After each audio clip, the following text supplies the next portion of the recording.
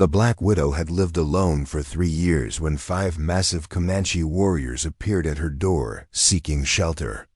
Snow whipped around their towering frames like angry spirits. The blizzard behind them stretched across the horizon, a white wall of death rolling toward her cabin. Michan Washington kept her rifle steady. Her hands trembled, not from the cold cutting through her wool coat, but from something deeper, something that had been sleeping in her chest since the last time. Strangers came calling. The largest warrior stepped forward. His buckskin coat hung heavy with ice. Dark eyes met hers across the threshold. Recognition passed between them, 2 souls who knew what it meant to run. "We seek shelter, not conflict." His English carried the weight of careful learning, each word chosen with precision. Michan studied his face, high cheekbones carved by wind and sun, a scar running from his left temple to his jaw. This was not a man who begged. Behind him, 4 others waited. Their horses stamped and snorted, breath-forming clouds in the frigid air. All carried weapons. All watched her with the stillness of predators who had learned patience the hard way. The wind howled. It spoke of death coming on swift wings, of bones bleaching under snow that would not melt until spring. If spring came at all. "If you don't let us in, we all die tonight." The scarred warrior's voice carried no threat, only truth. "But if you do, you might wish you hadn't." Michan's finger found the trigger. 3 years of isolation had taught her to trust no one, especially not men who appeared from storms carrying promises of violence. The last time she had opened her door to strangers, they had taken everything. Thunder rolled across the prairie, not storm thunder, horse thunder, distant but growing closer. The warriors heard it too. Their leader's jaw tightened. His hand moved toward the knife at his belt. "There are others coming," he said. "Others who mean harm to us both." The approaching sound multiplied. Many horses, too many. Michan's chest constricted. She knew that rhythm. Had heard it in nightmares for 3 years. The sound of men who came to take what was not theirs. Snow began to fall harder. Fat flakes that would soon become a curtain. The kind of storm that buried evidence until spring thaw. The kind that let bad men do bad things without witnesses. One of the younger warriors spoke in rapid Comanche. His tone carried urgency. The leader responded without taking his eyes from Michan. Their words painted pictures she could not understand but felt in her bones. Fear, desperation, the mathematics of survival. "We have no quarrel with you," the leader said. "But those who follow us might." The thunder grew louder, closer. Michan calculated distances. Her cabin sat in a natural bowl, surrounded by low hills. Good for privacy, bad for escape routes. Anyone coming would have to funnel through the narrow pass to the east. The same pass these 5 had used. Her husband's voice whispered from memory. "Trust your instincts, Michan. They kept you alive this long." But which instinct? The one that said all strangers brought death? Or the one that recognized fellow outcasts when she saw them? The leader studied her face. His expression softened slightly. "You know what it means to run." It was not a question. Michan felt something crack inside her chest. A wall she had, built stone by stone over 3 winters. This stranger saw through her defenses like they were made of morning mist. "You are alone," he continued, "as we are alone. Perhaps together we are less alone." The approaching horses crested the eastern ridge. Torchlight flickered against the snow. Too many to count, too many to fight. The leader saw them too.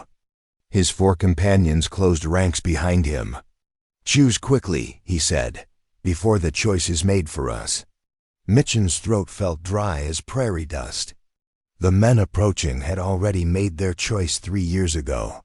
They had chosen to take her husband's life, to steal her land, to brand her a widow and leave her to die slowly in isolation. Now they were coming back to finish what they started. The scarred warrior waited. His 4 companions waited. The storm waited. Even the approaching riders seemed to pause, as if the entire world held its breath for her decision. Trust meant death. She had learned that lesson written in her husband's blood, but isolation was just death by degrees. The wind screamed through the gaps in her cabin walls. It carried the scent of snow and smoke and something else. Something that smelled like endings. Machan stepped aside. The 5 warriors moved past her into the cabin's warmth.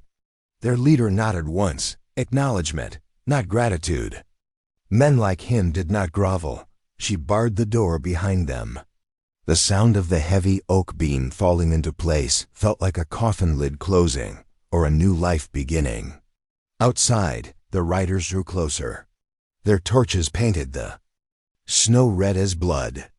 The cabin air grew thick with tension and body heat. 5 warriors filled the space that had housed only ghosts for 3 years. Their leader stood near the fireplace, water dripping from his coat onto the wooden floor.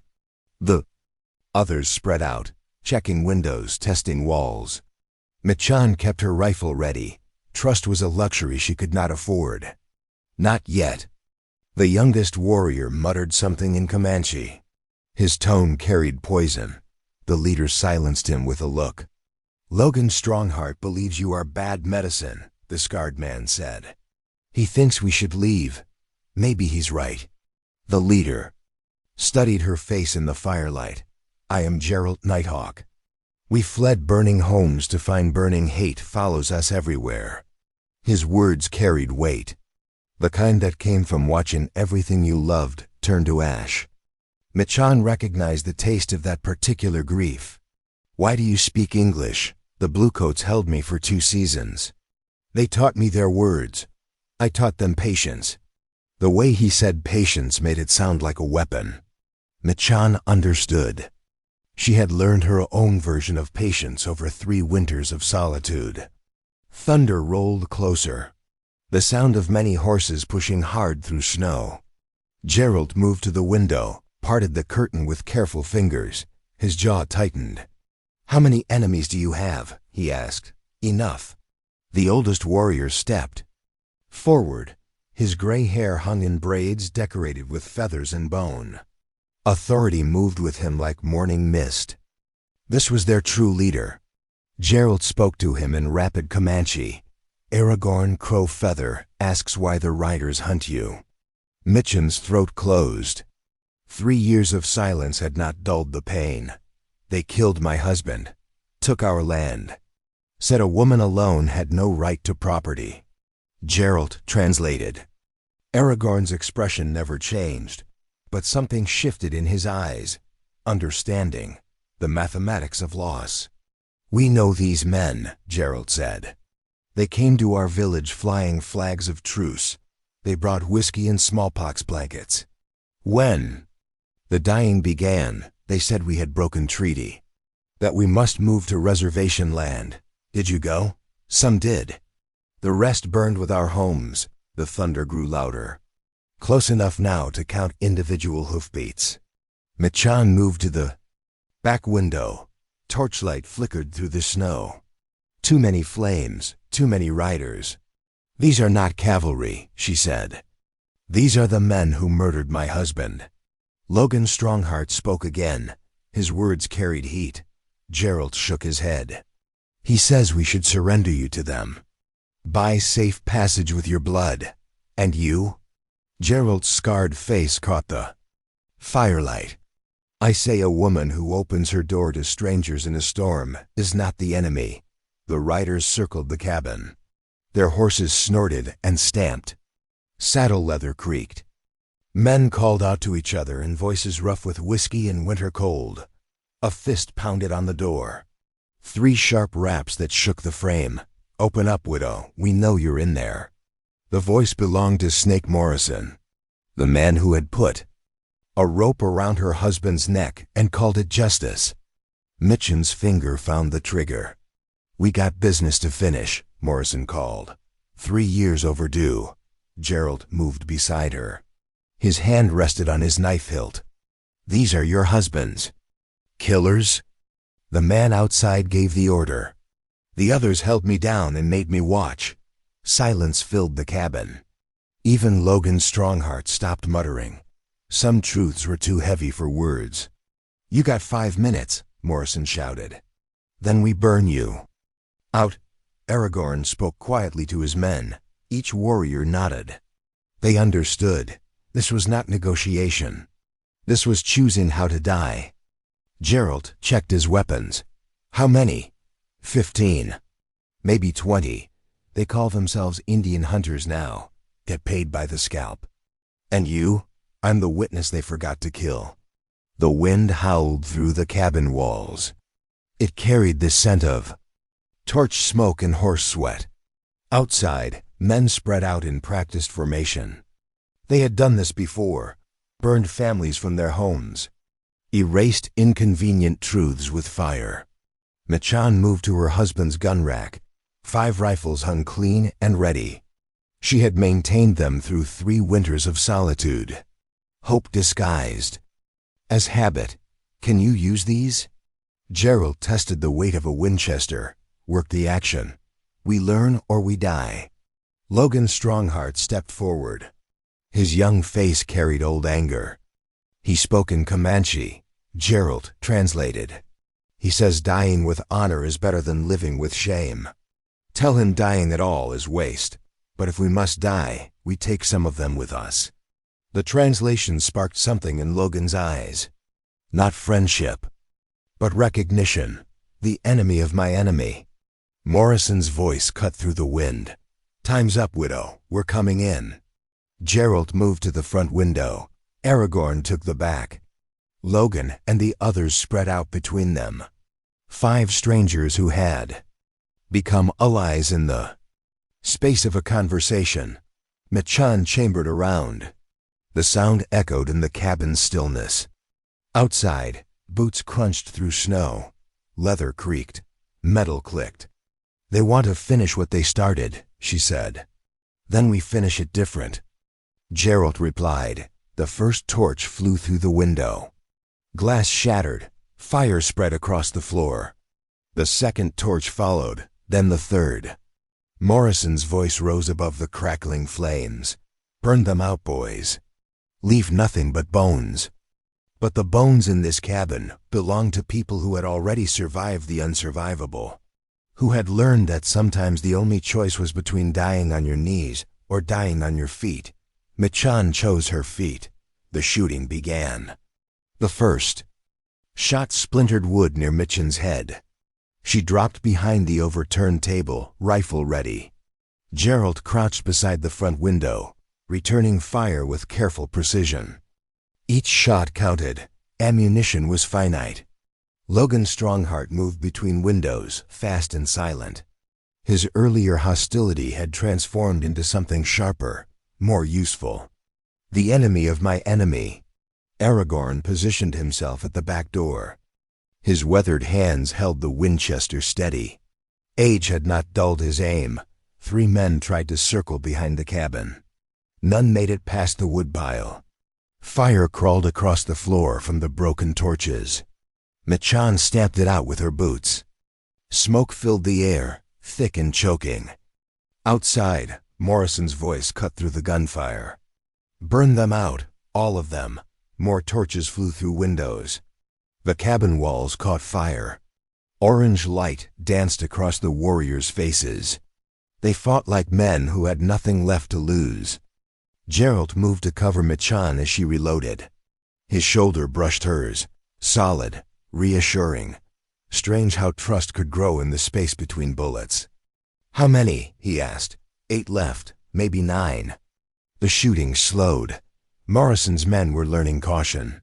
3 of their number lay still in the snow. Death was an expensive teacher.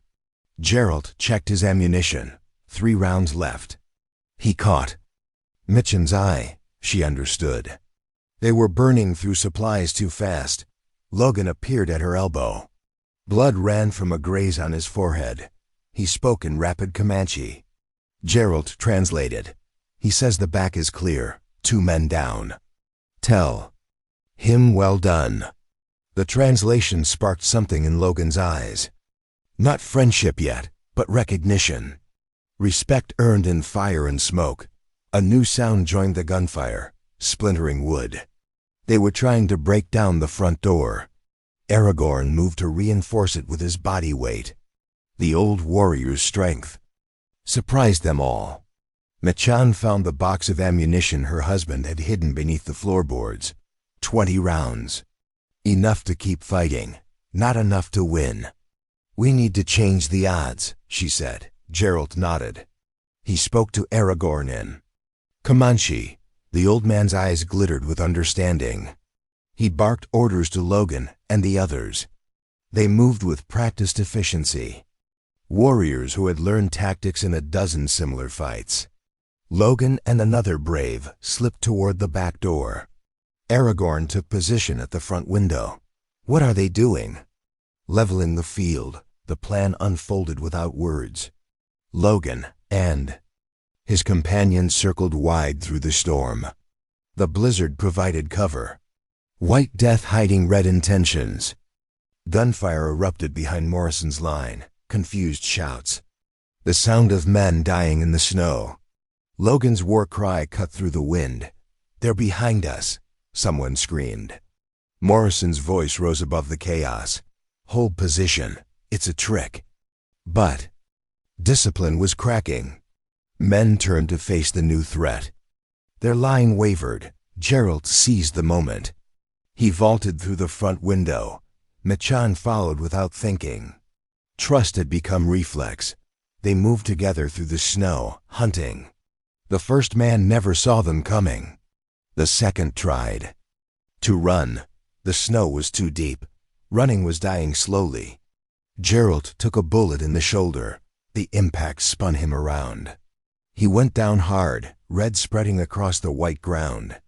Machan threw herself over him, rifle blazing. The shooter dropped his weapon, clutched his chest, fell backward into the snow. "How bad?" she asked. Geralt's face was pale but steady. "Bad enough." She helped him to his feet. His weight leaned against her, solid, warm, alive. Her heart hammered against her ribs. They made it back to the cabin as Logan's diversionary attack faded. 5 men down. Morrison's voice carried new uncertainty. "Fall back. Regroup at the ridge." Hoofbeats retreated through the snow, not defeat. Strategic withdrawal. They would be back. Machan barred the door. Her hands shook from adrenaline and something else. Something she had not felt in 3 years. The fear of losing someone who mattered. Geralt slumped against the wall. Blood seeped through his shirt, dark and steady. The bullet had found meat, not bone. Lucky. Let me see. She tore strips. From her petticoat, clean cloth was precious. Life was more precious. Her fingers worked the wound with gentle efficiency. "You took that bullet for me. Better me than you. Why?" Gerald's eyes met hers, dark pools reflecting firelight. "Because you opened your door." The simplicity of it struck her breathless. Kindness repaid with sacrifice. Trust answered with blood. Logan returned through the back door. Snow clung to his hair. His face carried the satisfaction of work well done. He spoke to Aragorn in Comanche. 3 more down, Geralt translated. "They will not come again tonight, but they will come." "Yes, they will come." Machan finished bandaging his shoulder. Her hands lingered against his skin longer than necessary. Warmth passed between them, not desire. Something deeper, recognition. "You saved my life. You saved ours first." The fire crackled in the hearth. Outside, the storm raged on. But inside, something had shifted. 5 strangers had become allies. Allies were becoming something more. Aragorn spoke quietly to his men. They settled in for the night, weapons close, eyes watchful. Death had visited but not claimed them. Machan sat beside Geralt. Her shoulder touched his good one. Contact without demand. Comfort without expectation. "What did your husband call you?" The question caught her off guard. 3 years of silence had built walls around her grief. But bullets and blood had a way of cracking foundations. Chan, only he called me that. It is a good name. What does Gerald mean? White Wolf. My mother said I was born howling. A smile tugged at her lips. The first in 3 years. Still howling? Only when necessary. The wind howled outside. But inside, surrounded by allies and touched by something she had thought dead, Machan felt warm. Tomorrow would bring fresh hell. Morrison would return with more men. More guns, more hate, but tonight she was not alone. The Black Widow had found her pack. The fever came with dawn. Gerald's skin burned hot beneath Mitchan's palm. His wound had festered despite her careful tending. Infection was winning the war his body could not fight. She dampened a cloth with precious water, pressed it to his forehead. His eyes opened, dark and unfocused. The spirits are calling, he whispered. Tell them to wait. Aragorn knelt beside them. His weathered hands moved over Gerald's wound with practiced knowledge. He spoke in Comanche, voice heavy with concern. What does he say? That the bullet carries poison. White man's poison. Mitchan's chest tightened. Lead poisoning. She had seen it before. Men who survived the bullet only to die from what it left behind. Logan approached with a bundle of dried herbs.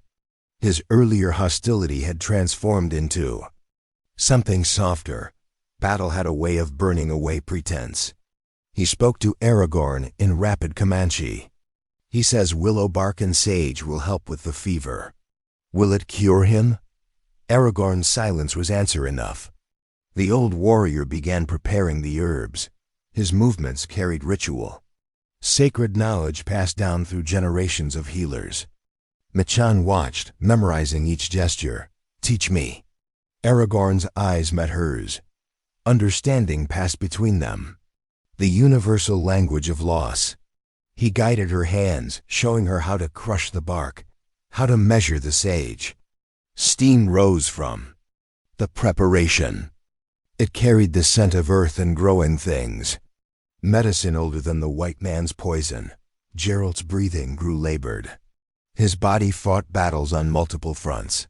Machan lifted his head, helped him drink the bitter tea. He swallowed, without complaint.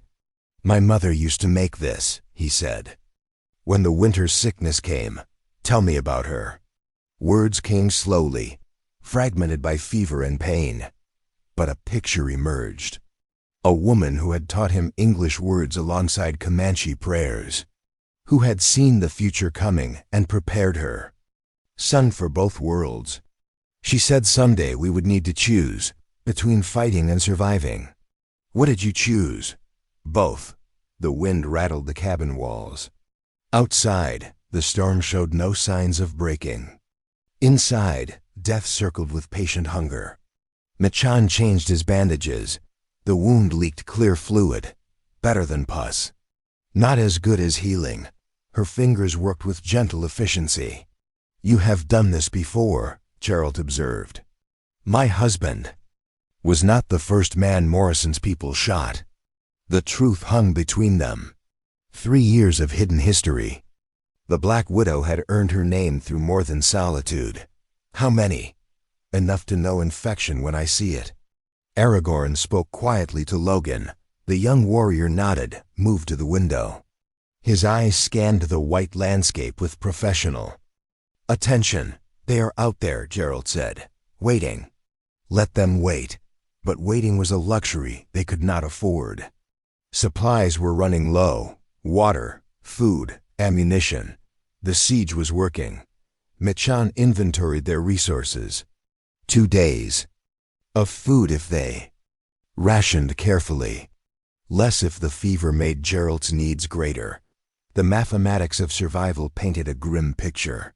There is something else, Gerald said. His voice carried new weight. About Aragorn. She looked at the old warrior. He sat by the fire, hands steady as he worked on his weapons. Strength radiated from him. Competence, leadership. He is dying. The words hit her like a physical blow. The wound? No, something inside, growing, eating him from within. Machan watched Aragorn with new eyes. The careful way he moved. The shadows beneath his skin. The quiet acceptance in his expression. How long? Weeks, maybe less. The revelation changed everything. This journey had not been about escape. It had been about finding a place for his men to survive after he was gone. Does he know you told me? He asked me to. Trust was a gift that kept giving. Aragorn had chosen to share his burden, to let her help carry the weight of leadership. Logan returned from his watch. Snow clung to his hair. His face carried new urgency. He spoke rapidly to Aragorn. What does he say? Riders coming. Many riders. Machan moved to the window. Through the swirling snow, she could see torches. More than before. Morrison had brought reinforcements. How many? Too many. The torches formed a circle around the cabin. Distant but visible. A noose of fire closing slowly. Morrison's voice carried across the snow. We got all day, widow. All week if we need it. Gerald struggled to sit up. His face was pale but determined. They mean to starve us out. Or freeze us out. Machan checked the firewood. 2 days remaining. Maybe 3 if they burned furniture. Aragorn spoke to his men. His voice carried authority despite his hidden illness. Logan and the others responded with nods. Whatever he had said, they understood. What is the plan? We wait for the storm to break. Then we run. You can't run, not with that wound. Gerald's eyes met hers, dark pools reflecting firelight and something deeper. Then I stay, you go. No.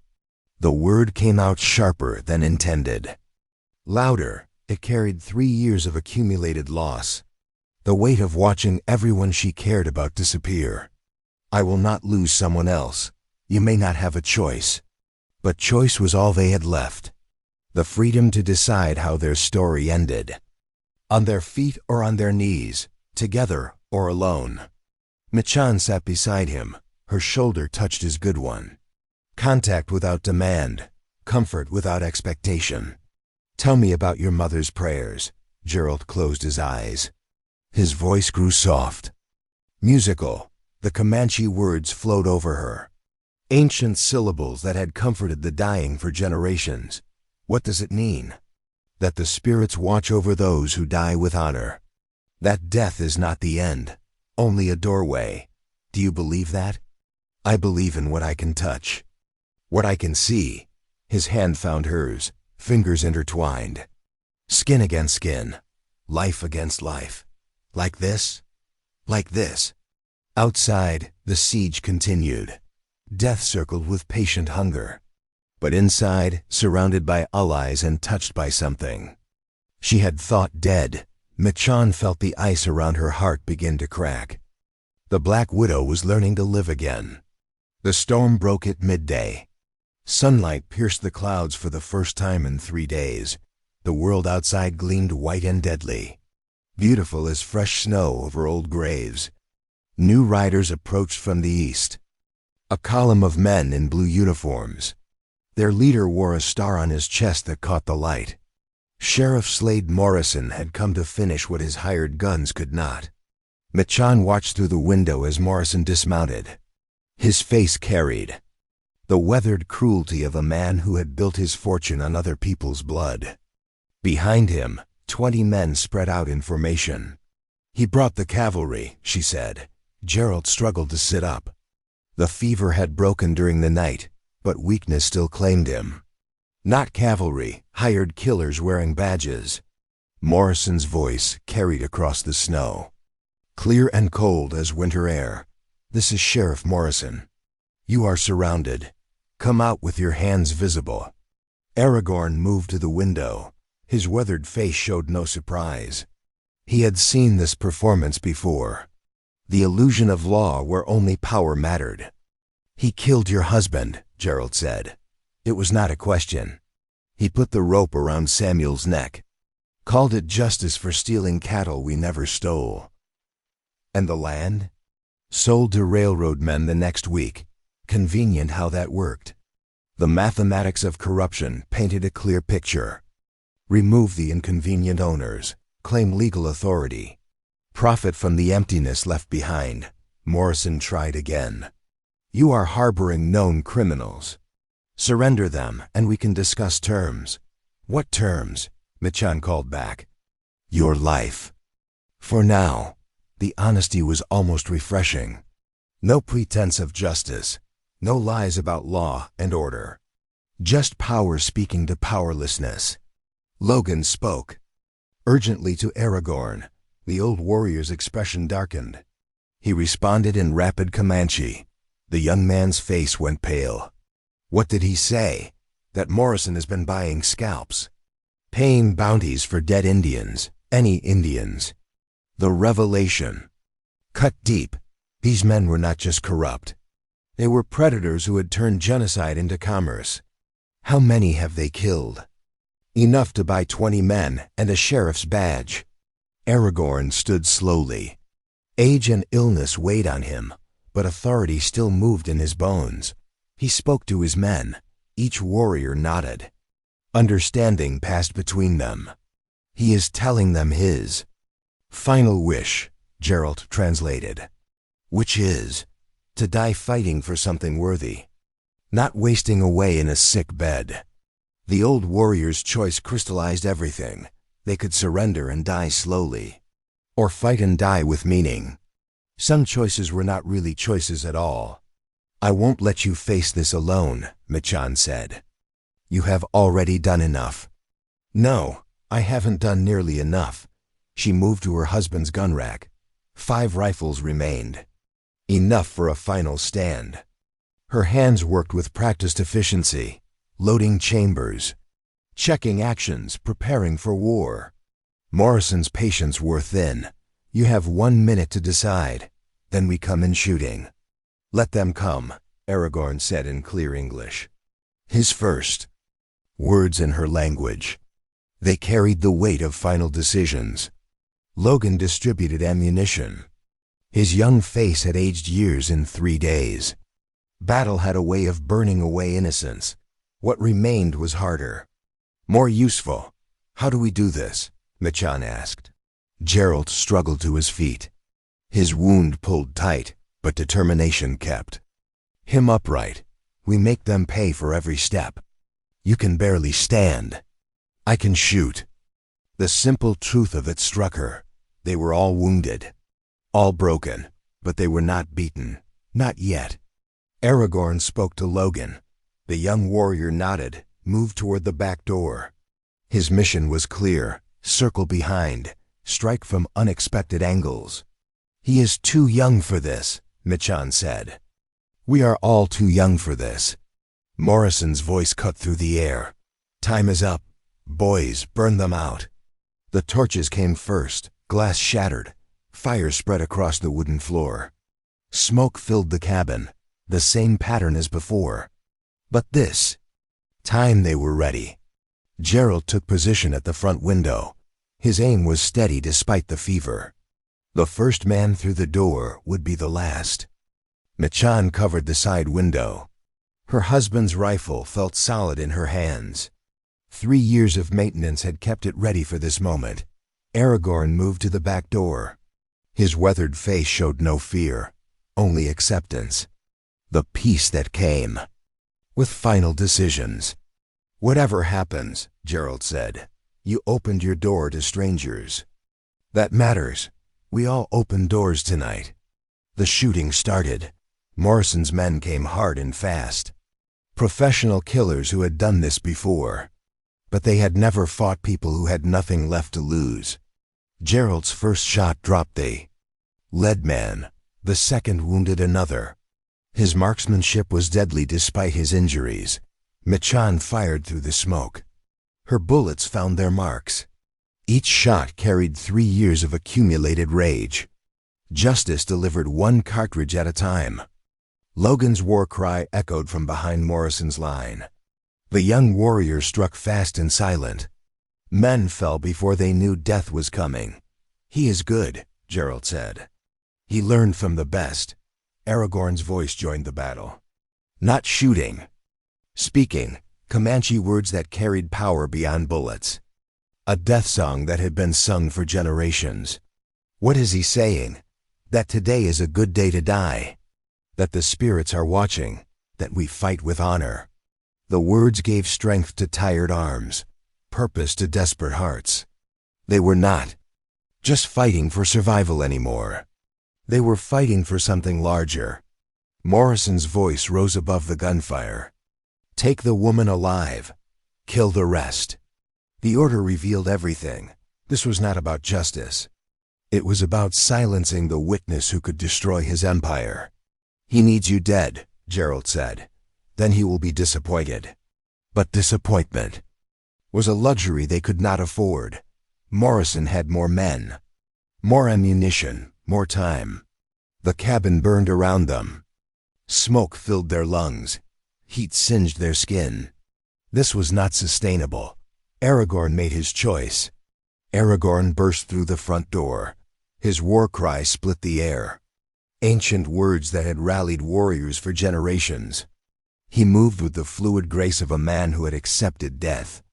Morrison's men turned toward the sound.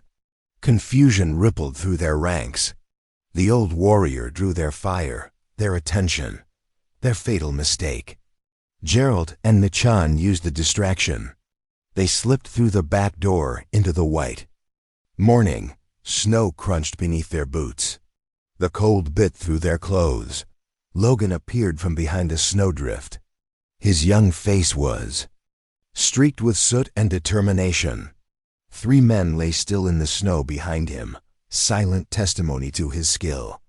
"Where is Aragorn?" he asked in broken English. The gunfire from the cabin answered his question. Rapid shots, angry shouts. The sound of an old warrior making his final stand.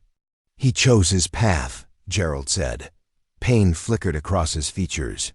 Not from his wound, from deeper places. They circled wide through the forest. The snow was deep, but not impossible. Each step took them closer to Morrison's exposed flank. The sheriff had made a tactical error. He had assumed they would cower inside. Morrison's voice carried across the clearing. "Where is she? Find the woman." His men spread out, searching, hunting, but they were looking in the wrong places. The predator had become the prey. Michan took position behind a fallen log. Her husband's rifle felt solid in her hands. The scope showed her Morrison's face, weathered, cruel, completely unaware of the crosshairs centered on his forehead. "I can end this," she whispered. "No," Gerald said. "We need him alive." "Why?" "Dead men tell no tales. Live ones can be made." To confess, the strategy was sound. Kill Morrison and another corrupt sheriff would take his place. Expose him and the whole system might crack. Logan positioned himself to the left. His bow was silent, deadly. 2 more men fell without making a sound. The young warrior had learned his lessons well. The gunfire from the cabin stopped. Sudden silence filled the air. Heavy, final. Aragorn's death song was complete. Morrison's face twisted with rage. "Burn it down, all of it." His men threw more torches. The cabin's roof caught fire. Smoke rose into the clear sky. A funeral pyre for a warrior who had died with honor. "Now," Gerald said. They struck from 3 directions. Crossfire that scattered Morrison's men. Panic replaced discipline. The hunters became the hunted. Michan's shots were precise. Each bullet found its mark, not to kill, to disable, to capture. Justice required witnesses. Logan's arrows whistled through the air. Silent death that dropped men before they could cry out. The young warrior fought with cold efficiency. Gerald moved despite his wound. His aim was steady, his purpose clear. They were not just fighting for survival anymore. They were fighting for truth. Morrison tried to rally his men. "Hold position." "They are only 3, but 3 was enough." 3 people with nothing left to lose. 3 souls who had found something worth fighting for. The sheriff's men broke. Some fled into the forest. Others surrendered. The rest lay still in the snow. The mathematics of corruption had been recalculated. Morrison found himself alone. His empire of badges and bullets reduced to a single frightened man. He raised his hand slowly. "You cannot prove anything." "We do not need to prove it," Gerald said. "You will confess it." "Never," Machan stepped forward. Her rifle aimed at his chest. "You killed my husband, stole our land, murdered innocent families. That was business, nothing personal."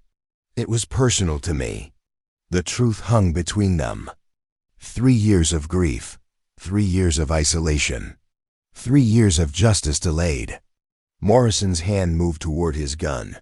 Slowly, carefully, one final desperate gamble. Aragorn's knife took him in the shoulder. The old warrior's final throw. Launched, with his dying breath, through the cabin's burning window.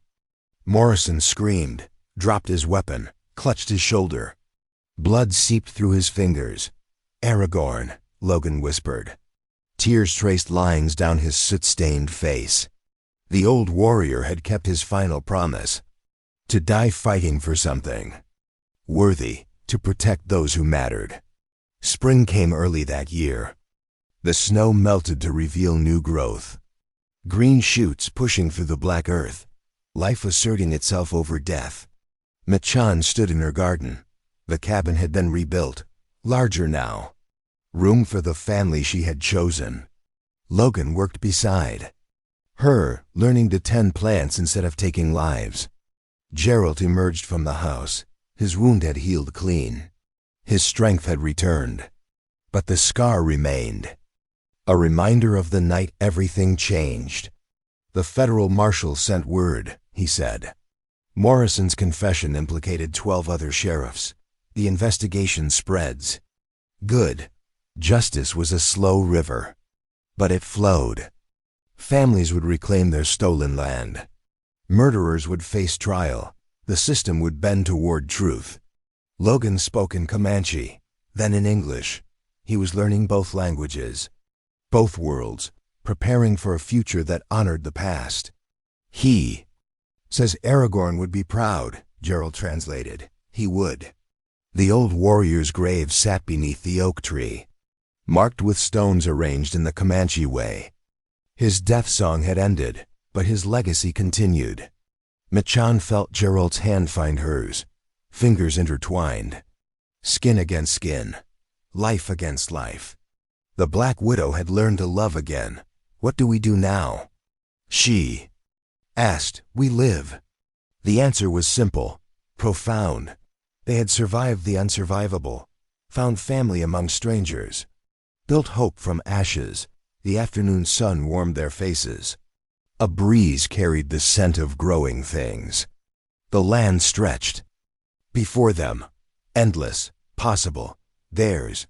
Machan was no longer the Black Widow. She was a woman who had opened her door to strangers and found everything she had lost. A woman who had chosen love over fear, life over death. The future spread before them, uncertain, challenging, beautiful. Together, they would face it. Together, they would build it. Together, they would live it. The storms would come again. They always did. But they would weather them as they had weathered this one. With trust, with courage, with love. The Black Widow's story was complete. Machan's story was just beginning. And that is all to the story, for now. Please let me know where you are tuning in from. Perhaps we will create a story there. Consider liking this video and subscribing to our channel. And if you enjoy our content, click this video on your screen. I promise you, it's worth watching. See you tomorrow.